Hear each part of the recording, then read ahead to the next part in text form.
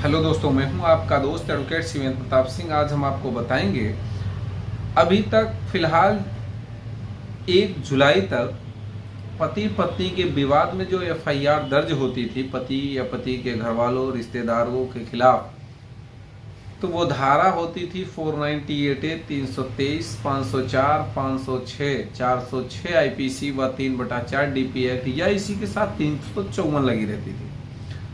अगर मान लीजिए अब आपके खिलाफ जो एफआईआर दर्ज होगी वो किन धाराओं में होगी, पहला सवाल।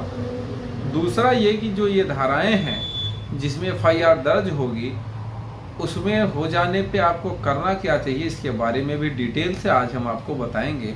यानी कि पति के लिए बहुत ही इम्पोर्टेंट होने वाला है यह वीडियो, जो केस में फंसे हैं उनके लिए भी और जिन पर नया केस लागू हो रहा है, नया केस लगने वाला है या लग गया है उनके लिए भी। तो देखिए, अभी तक फिलहाल जो एफआईआर दर्ज होती थी जिन धाराओं में, वो हमने आपको बताई। अब शुरू करते हैं कि भाई क्या कौन सी धारा क्या बन गई। जैसे अभी तक 354 थी, तो 354 में अब 354 तो रही नहीं आईपीसी की, अब भारतीय न्याय संहिता हो गई धारा 74। तो धारा जब 74 लगेगी, इसके बारे में भी डिटेल से बात करेंगे, पहले आप समझते जाएं। यानी कि अब जो एफआईआर होगी धारा 74 होगी, 115 होगी, ये सब भारतीय न्याय संहिता की धाराएं हैं। धारा 74 होगी, धारा 115 होगी, 351 सबसेक्शन 2 होगा, 351 सबसेक्शन 3 होगा और होगा 85, 352। ये सब बीएनएस यानी भारतीय न्याय संहिता की धारा में एक पति या पति के रिश्तेदार या घर वालों के ऊपर एफआईआर दर्ज होगी। अब इन धाराओं में कितनी सजा है और इनमें जो पहली धारा थी यानी पहले की जो धाराएं थी वो कौन सी थी, इसके बारे में रिलेट करके आपको मैं बताऊंगा। जैसे 74 की बात अगर करें तो जो पहले 354 थी आज वो केवल 74 हो गई। पहले 354 आईपीसी थी, अब 74 बीएनएस भारतीय न्याय संहिता हो गई। 1 से 5 साल तक की सजा है इसमें।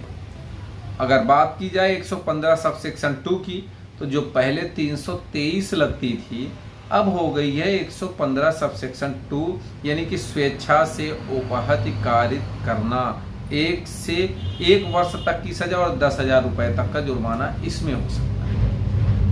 अब अगर बात की जाए 351 सबसेक्शन 2 की, तो ये रही जो पहले 506 आईपीसी लगती थी, अब 351 सबसेक्शन 2 आपराधिक अभित्रास, 2 वर्ष की सजा, लेकिन ये जमानती अपराध है।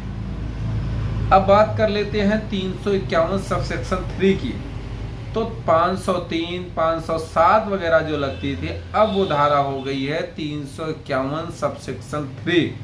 ये वही आपराधिक अभित्रास की है, लेकिन सजा इसमें 7 साल की है, बढ़ गई है, और लेकिन ये भी जमानती है।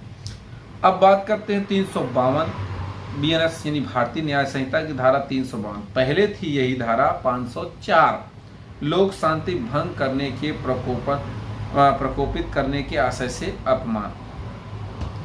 अब बात कर लेते, इसमें 2 वर्ष की सजा है और प्लस जुर्माना। अब मोस्ट इंपॉर्टेंट धारा 85, मोस्ट इंपॉर्टेंट धारा 85 यानी कि जो पहले 498A थी, 3 वर्ष की सजा, यानी कि पति या पति के घर के परिवार के नातेदारों द्वारा पत्नी के प्रति क्रूरता के लिए ये धारा 498A, अब उसकी जगह 85 हो।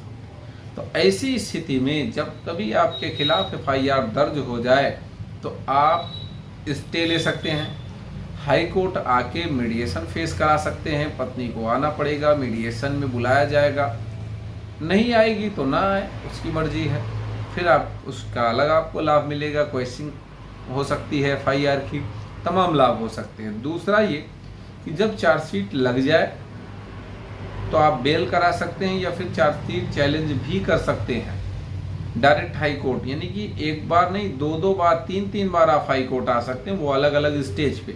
जैसे एक बार एफआईआर होने के बाद आ गए, एक बार चार्जशीट होने के बाद आ गए, एक बार डिस्चार्ज लगाने के बाद आ गए, यानी कि तमाम जगह बारी बारी से आप हाई कोर्ट आ सकते हैं। हर एक सवाल का जवाब आपको इस YouTube चैनल के माध्यम से मिलेगा। और अगर कोई सवाल जवाब आपका छूट गया, रह गया, तो कमेंट बॉक्स में कमेंट करके ज़रूर बताइएगा, या फिर स्क्रीन पर चल रहे नंबर पर फ़ोन करके जानकारी ज़रूर ले लीजिएगा। अगर आप हैरान हैं, परेशान हैं, नहीं समझ आ रहा है कि क्या करना चाहिए, तो फिर यह वीडियो, यह चैनल आप ही का है।